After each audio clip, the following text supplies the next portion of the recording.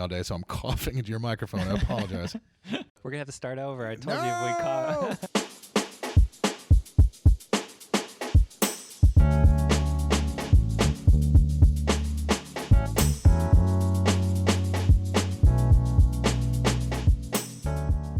Hi, everybody. Thank you so much for tuning back in to Notes from My Improv Notebook. This is Chell Hernandez, and I am so excited that you are listening to this podcast. Thank you. We actually have such an exciting podcast. We have Brian James O'Connell on the podcast this week, and I am so excited because his methodical approach to improv has garnered him a lot of success, and this is just a sneak peek to what he has to offer. If you haven't already, please rate, review, and subscribe. Each new subscribe and review helps me get this podcast out to improvisers just like you. Bonus, I am actually teaching a workshop this Saturday at the San Diego Improv Festival. So if you'd like to come out, please, I am teaching the Your Play, Your Way workshop at 2 p.m. on Saturday. For more information, please search San Diego Improv Festival, but I will have more information in the description. Without further ado, here's Brian James O'Connell.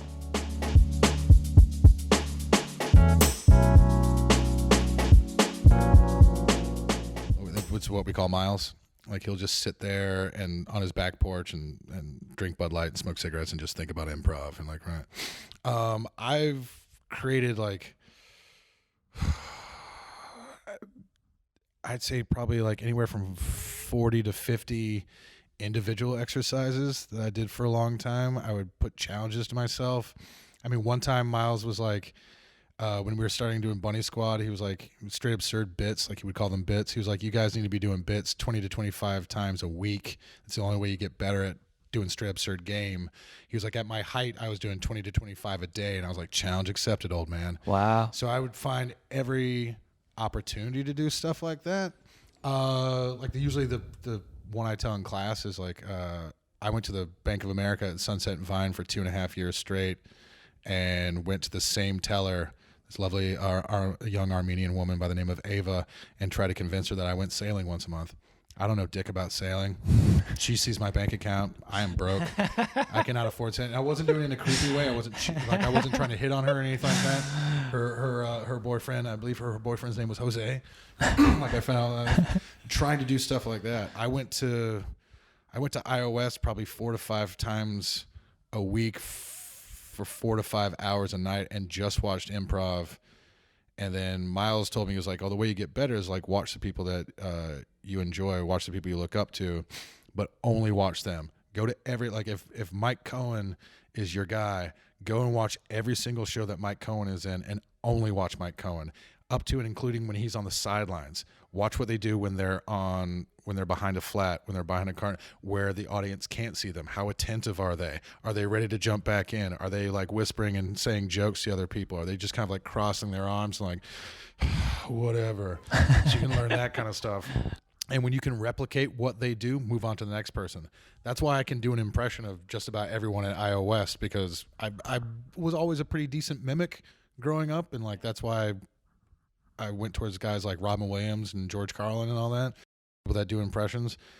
I've watched all of them. I can do a great Karen Graci. I can do Cackey, Crowley, Josh DeBose.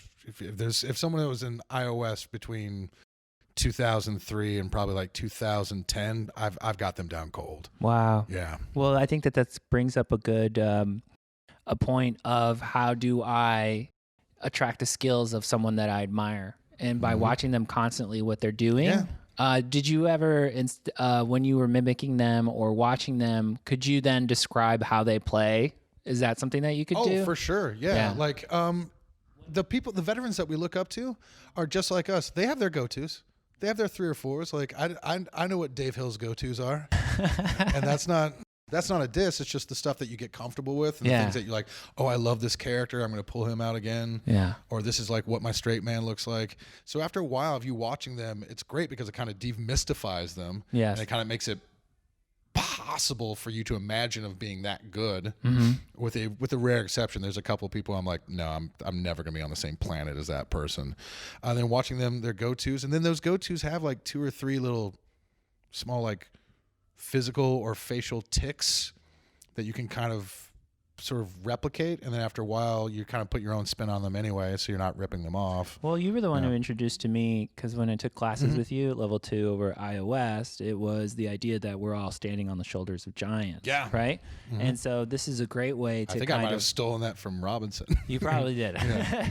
Only because I've said that to other people, and they're like, I think someone else said that. And I was like, I don't know. I heard it from Brian. Yeah. But to really just kind of take in how they play, to be cognizant of how they play is really just kind of describing the things that you would like to aspire to. And if you can name it, you can achieve it. Yeah. That's how I feel. I usually just use the Billy Merritt triangle because it's done very well, and I don't think I would come up with something better of it.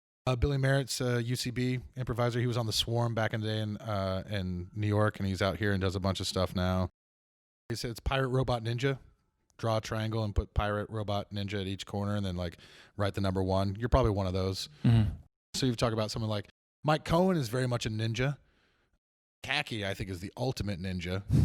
Dave Rosowski is just like the idea of pirates are those type of people that just love to be on stage. They're your wild cards. The people that are just super funny, love playing big characters. They just want to put a knife in their teeth, swing on to the other ship, and just start hacking away. They're just glad to be there. And then your robots are your people that usually have some sort of background in either like screenwriting or sketch or stand-up. They're not going to direct from within the scene, but they definitely need to have sort of like like you and I are at a grocery store and you're paying way too much for those pickles. Like they need to have that sort of baseline so they can feel comfortable playing. And then then the ninjas are the ones that just always seem to be in the right place at the right time. They're the ones that will come out. Like here's a good way to think of it. A ninja is the one that will come out and be the ottoman when someone on stage kicks up their feet as if they're like leaning back in a chair or like in a lazy boy. The pirate is the one when someone on stage goes, oh, we got a dead body here, and they fling themselves out to be the corpse, right? And it's just like, and then it's a big like, boom, right? Fall down. That's sort of the difference, and you can kind of see it like so. Cohen's a pirate, a ninja in that way, but Cackey is like sort of the ultimate ninja. Dave Rosowski is a Ronin. Just Dave is always Dave. Karen Gracci is kind of I would say she's like she's probably like a robot with like pirate tendencies because she can play big characters. It's funny because I started off as a pirate. And probably Nick Armstrong also started off as a pirate, and then I went towards Miles. I'm Miles Jr., so very robot with like some ninja tendencies, and then Nick is Cackey Jr., and then so he went JTS Brown while I went Decon, so he like very ninja, but like he's also got like some of those pirate tendencies coming back because Nick can just walk on a stage and make you laugh. Yeah, he can. Well, what's happening in here? Your true pirates are like your Betsy Sidaros, your Ben Cedars, your Jamie Moyers. Or BJ Averell's, just everything out of their mouth is funny. Like Jamie Moyer is just like, who wants some beef? And you're like, I didn't know I wanted a beef sandwich salesman here in this White House scene, but I love it. Fucking glad they're here now. Yeah. And then, then your robots are like usually your self players, people that kind of always are themselves. Scott Gimple's a great example, the guy that runs The Walking Dead now, but he was an iOS guy for forever. And Scott is just always kind of himself. I couldn't help but notice. Alex Fernie, you talk about a great robot who's like, I love Fernie's straight man because Fernie is in actuality the smartest person in any room that he's in. He's just too polite to be a dick about it. No. And that's his straight person. So whenever you see him on stage, he's like, okay, I see that. That's right. But if I may, if he's dealing with some weird person, and he's the smartest dude in any room he's in. That's a great way to Pirate Robot Ninja, Billy Merritt. That's okay, a good way that's to a great way if you go watch improv and you're watching someone you admire to like kind of categorize them so that you could understand how to make those moves. Yeah, better. and there's sliding scales. You can be a piratish robot. You can be a robotic ninja. Right? Finding out sort of where you fit, and then finding out where the people that you look up to fit, and then you sort of find what the Venn diagram is a great where they overlap. Yeah, is a great place to start. Yeah, it is. Yeah, because you really find out what you like about this art form by watching other people do the things that you like. Yeah. And then you start incorporating those things into your play, and then you start doing the things that you like all the time. Yeah. A good way to discover those new people, because especially if you're sort of just at one school, and you're kind of all in at that one. A way to find those new people is to listen to how other people talk about them. And as soon as I do it, you're going to immediately understand it, as is every improviser listening to this one. Here, do this. Name an improviser. You and I know a lot of the same people, so just name an improviser that you look up to, and I'll play the other person. Okay, an improviser that I look up to Karen Grouchy. Oh my God, Karen Grouchy. Oh my God. I saw a show. When you hear other people do the "oh my God" before they say that person's name, that's and if you don't know who that person is, go see their shows. Go see their shows Because if they elicit that type of response, then they're in that wheelhouse that you want to look for. You want to start with those people who are like, or the other one is like, that mother. Oh, that guy's so good. Oh, it's unfair. Especially from veteran improvisers who've seen a lot of improv. Like if you elicit an emotional response based upon someone's name, it's just like, go see that person. Yeah, like another guy, like Ryan Gall is one of those guys. Like Ryan Gall, super talented and great. And then I'll joke with Crowley. I'd be like, with John Crowley from King 10. He'd be like, yeah, I went to audition over, Ocean Park. It was at 4 o'clock, like they always are. Santa Monica, of course. I want to be here at 4 p.m. I was like, oh, how's the audition? He was like, oh, Ryan Gall was there. I'm not getting it. Like, oh, Ryan's here? I might as well just turn and walk out. And that's the same reason why, like, Heather and Miles is such a famous duo. But the Billy Miles is not a famous duo for 2 reasons. Number one, that me and Miles doing a show together, that's just 2 miles, right? It's going to be good. But like he and I are just kind of doing the same thing. Whereas Heather is like got that bouncy, rubbery energy. Yeah, she does. And that's why that show is so successful and famous. Heather just does everything I can do, but better. Yeah. So I've said many times, I'm like, I am so glad that her name is not Heath Campbell, because if we were it would be like Ryan Gall and Crowley. If I walked into every audition and saw Heath Campbell there, that we were going out for the same roles, I'm screwed. I'm screwed. She is my sister, and I love her to death. But I am not embarrassed to say that, like, she does everything I can do, just better. So as you were getting better, you were doing bits with people outside of the improv I still space. do it. You still do it? Every time in a lift. And it helps you because you reinforce It's practices. Practice makes perfect. Okay. Yeah. A guitar player runs scales for 8 hours a day to get more ambidextrous. A basketball player will put 1,000 jump shots up by himself alone in the gym. That's me doing those bits. I'm looking for every opportunity to do some type of improv in my day, whether it's a 10-minute solo exercise that I created myself to work on a particular thing, or if I'm in a lift, I'm trying to do realistic scenes. I'm trying to make a human connection. Not only is it the right thing to do, 'cause that's a human being there. That's not a vending machine driver where you're just, sometimes I see people get into lifts and act like they're putting money into a soda machine. Yeah, it's awkward. Yeah, I'm just like, or they just immediately get on their phone. I'm like, that's a human being there trying to relate. If they're not into it, then I'm like, okay, I'll go into my phone. But yeah, I usually start off like, hey, how's it going? How's your day been? Right?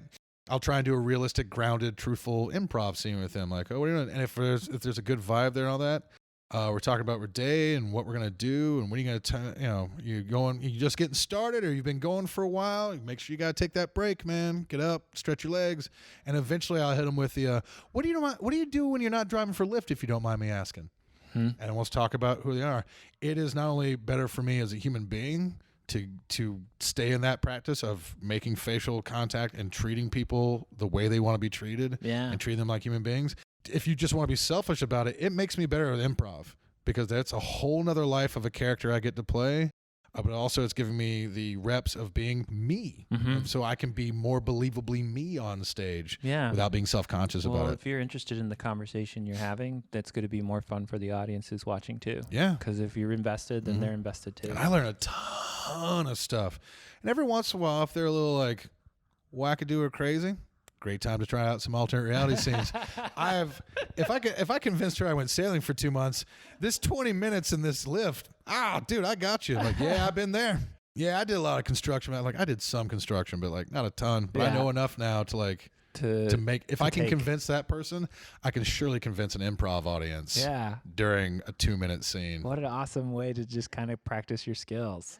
Now, you said you created 10-minute or like solo exercises 5-minute exercises, 10 minutes. Yeah, probably 40 to 50 of them. How do you approach a solo exercise? Do you go, this is the skill that I need, how can I approach it? Then you do it? Or what do you do? Yeah, I mean, most people have at least 3 books on their shelves about a subject matter they know a ton about that is related to improv. They just don't think it. If anyone is into sports, you have done I played soccer for 13 years, from 5 to 18. You have corvers, which is your series of exercises of how to get better, like with your touch, with the inside of your foot, the outside of your foot, the top of your foot. Juggling, get better at like that sort of things. Core strength. You can do stuff like that to get better at particular things. So like, because I was used to doing corvers with soccer, I would spend, and thank God Crowley would let me do it while he was like trying to close up at night. I would stand on stage at IO West after hours, after all the shows were done, and Crowley had cleaned up everything and was just doing like inventory and restocking. I would do chair sets for an hour and a half by myself on the stage. I would literally just take a chair in my hand. Can I pick this chair up lightly enough that I'm not throwing it around, but I'm also not scraping it around? Because if you scrape that chair, if you sweep at it and then come out, pick up a chair and scrape it as you're saying your first line of dialogue, "Thank you for coming into my office, Stevens." But if it sounds like your partner's not going to hear you. Can I do it with my left hand as well as I can do it with my right hand? Can I do both? And then I started getting to, like, this is the psychopath that I am. I started taking the heavy metal chairs and doing it with those, so that when it came time to do a show, and the light balsa wood chairs feels like nothing. And that's the same thing as guys in baseball being on the on deck circle, putting those like weights on their bats, so that when it was time for them, they would take the weight off. So when they're in the batter's box, bat didn't feel as heavy; it felt lighter. You're really just setting yourself up for success, because the more practice you get doing these things, the better it'll be, and the more natural it'll feel, and it won't take you out of the zone. It won't take your partner. It won't take the audience out. It's like, basically, this is how it's going to be done, the smooth motion. Yeah. So that's just a great way to look at it. Yeah. So if you know how to play an instrument, you're used to doing scales. You're used to doing all that kind of stuff. Now you can make it fun for yourself, because it's something else that you're passionate about. I also did forensics in high school. Not a lot of people know about that. The National Forensic League. It's like debate. On one side, they have debate. Yeah, they call it, in the Midwest, they call it forensics, but like where I went to school was speech and debate. Yeah, ours was NFL. Okay. But we're all talking about the same thing. Yeah, so I did some Lincoln Douglas debate, but mostly I was on the events side. There was a debate side and the event side. So that was humorous interpretation, dramatic interpretation. You would take a piece of literature or a play and you would cut it down to 8 to 10 minutes, and then you would do all the characters by yourself. Yeah. But just like, standing in one place, as you know. So that is something that's been helpful for the improv, to try out different characters. Like, I'll set an alarm to go off once a minute every minute for 10 minutes. So I just have to cycle through those characters and not think about it, because we've moved on. Yeah. Some of this stuff too I've learned from Miles. Like, Miles gave me Cat Clock and a couple other games. And then once you figure out one, then you figure out the other. The one for me, and the one I highly recommend to everybody, if you do an improv exercise, doesn't matter what improv exercise you do, even if it's just for 5 to 10 minutes. And I usually tell people, don't go past 10 minutes, because that's the law of diminishing returns. Do it right before you go to sleep, especially if you're super tired, especially if you've had a couple of cocktails. Do that improv exercise right before you go to bed. And when you fall asleep, your brain, while you dream, will run those improv exercises for you. That's true. Yeah. So once I figured out that I could do improv rehearsal by myself while I slept, I was like, oh, I'm lapping, you sons of bitches. I'm getting so much better. I'm getting 4 to 6 hours extra a night of improv. Yeah. Just any leverage you can find. I mean, you're totally right, because the way that our brain works, we have 4 compartments in the top of our brain that until we go to sleep, it becomes like long-term memory, and everything you're thinking of works in your subconscious. So what a great way to kind of approach this art form. And then you'll show up on stage, and afterwards you'll be like, where the hell did that come from? How do I know that?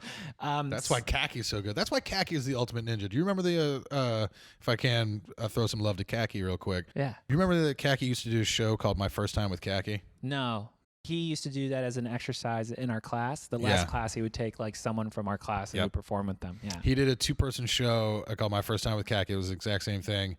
Someone he'd never improvised with before, and he would never rehearse, and they wouldn't even talk about it. They wouldn't even warm up before the show. And that's how he did it. He was like, hey, everybody, this is Brian O'Connell. He's joining me. He's like, Brian, have we ever performed together before? We have not, Cacky.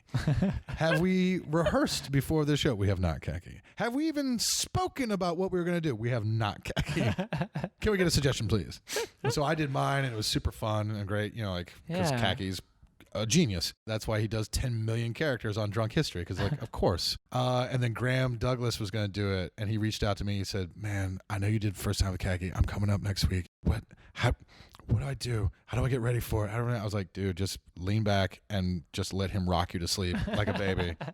And I went and saw that show, and it was great. It was fantastic. And I was talking to Graham afterwards in the bar, and we were having a beer at IO West because the show was back in the DCT. He goes, I was like, hey, man, really fun show tonight. He was like, yeah. Let me ask you something. You remember the scene where we were two mechanics in Portland, Oregon, and he called me Gus Van Zant's brother? I said, yeah, it was a great scene. It was very funny. He was like, I know that Gus Van Zant is from Portland. And I know that Gus Van Zant has an older brother who runs a mechanic auto body shop. How the fuck does Cackey know that I know that? I was like, there you go. That's his genius. The man knows everything. So were you just like, how did you know that I knew this incredibly obscure thing? And he just rolls with it. That's the genius that is Cackey.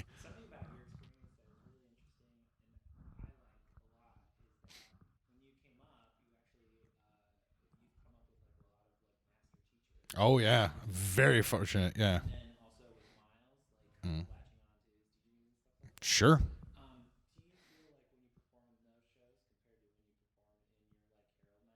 Mm-hmm.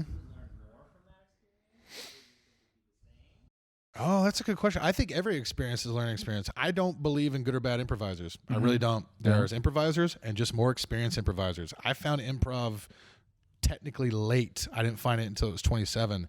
It is hard for me to justify or be okay with anyone saying like, I don't like playing with Pete. He's a bad improviser. I'm like, Pete's been doing it for 3 years. It's not Pete's fault that he didn't discover it 10 years ago. He discovered it 3 years ago. Why don't you focus on the stuff that Pete does well?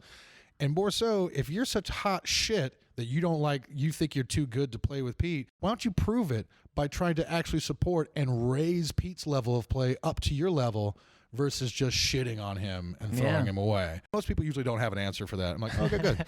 But the thing that I always kind of go back towards as well, because again, I was a guitar player and I was in bands for years. And so I had a subscription to Guitar World magazine for a long time. I love that magazine. That magazine was awesome. Amazing. You get tabs in the back and everything. It was the perfect. best. I had it for over a dozen years, maybe even longer. Yeah. And I held them for a long, long time until finally they're like, you got to go. I was like, all right, I'm sorry. And then I donated to them, and they were like, this is amazing. There was an article with Eddie Kramer, Jimi Hendrix's old, it was not, I want to say tech drummer? No, it was producer? Engineer. Not engineer. A lot of the stuff that Hendrix is famous for, like sound-wise, Eddie Kramer invented. Because Jimmy would be like, I had a dream and I want something that sounds purple, and it was Eddie's job to like, all right, how do I translate that? But he tells a great story about Hendrix used to go to small clubs in London and sit in the back and watch like a bar band or like a cover band or like a shitty blues band or whatever, and every once in a while he would get busted, and so people would be like, oh my God, you're Jimi Hendrix. Like, yeah. What are you doing here? What are you doing here? Like, are you playing tonight? No, I'm just here to see the band. And they're like, really? This band? And then Hendrix would be like, yeah, I would like maybe the guitar player has just like a small moment of brilliance. Maybe it's 30 seconds. Maybe it's 5 seconds. Maybe he just plays a lick that he's never played before, and it's just a small moment of beauty. And maybe that'll inspire me to write a song. And Eddie Kramer was like, and that's how he wrote Spanish Castle Magic. And I was like, you know what?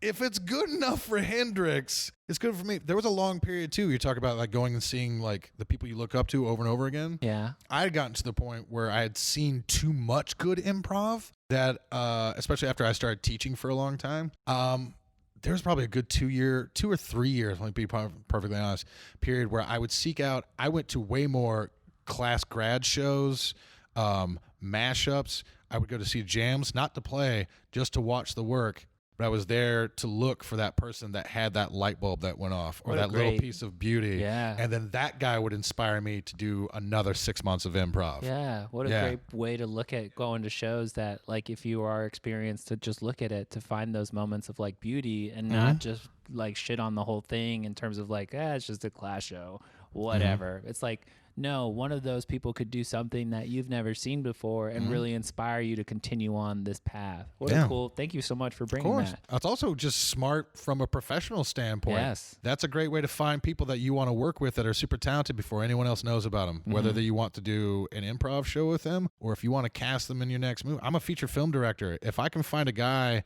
that's the next Echo Kellum before anyone knows who he is, and I'm the one that gets to put him in my movie, when he's super famous, he's going to continue to want to work with me. Yep. Because he's loyal and grateful, but also we're now friends and have a mutual respect for each other's art. Like, it's so weird when people will say, like, oh, you got to network in Hollywood. Network is not going to, like, you know, like cocktail parties and drinks and trying to schmooze and like talk about like, you know, what the numbers are for CBS this year. Like, oh, they're really down. And like, what did you read in Variety this week? It's like just being around other like-minded people who like to create. Yeah. And not being too cool for school or too above or like, I've been doing it for 15 years. I co-found my own improv theater with a bunch of other people who are better than me. That's the whole point. Anytime we have a meeting with like the entire, like with all the house teams or like that, I'm the least talented and the least experienced person on stage. Sean Lander's been doing it longer than me. Dorf, Moneypenny, Sam Brown. Sam Brown had a show on television, for God's sakes. Wise Kids You Know. I don't know. And Heather Campbell, of course. I'd like to do that. And if those people are nice enough to like give me the Kevin Dorff pat on the shoulder, I should be going and watching these kids' shows. I should be watching this stuff. Every once in a while, randomly, I'll show up. 7 o'clock here, we have like a student jam that's just for students, and the house team members like coach them because that's how you develop coaches. Yep. Like, give them coaching opportunities. Every once in a while, I'll show up a couple minutes early. Every once in a while, I'll show up and just hop in and tell whoever's coaching that night, give me real notes. Oh, wow. Treat me like any of the rest of these people. Well, that's cool. Yeah. You're always learning, and that's what's important about this art form. 100%. You always got to be learning.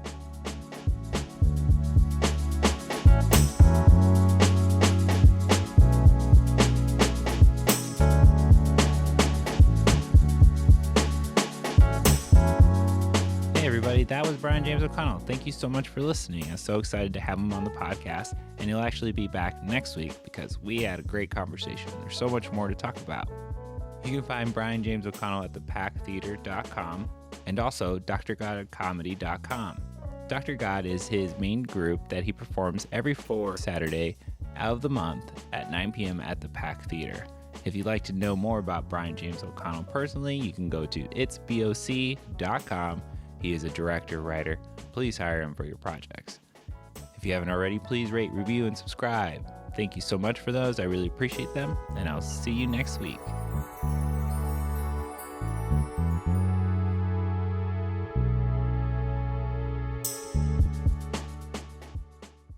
I would stand on stage at IO West after hours, after all the shows were done, and Crowley had cleaned up everything and was just doing like inventory and restocking. I would do chair sets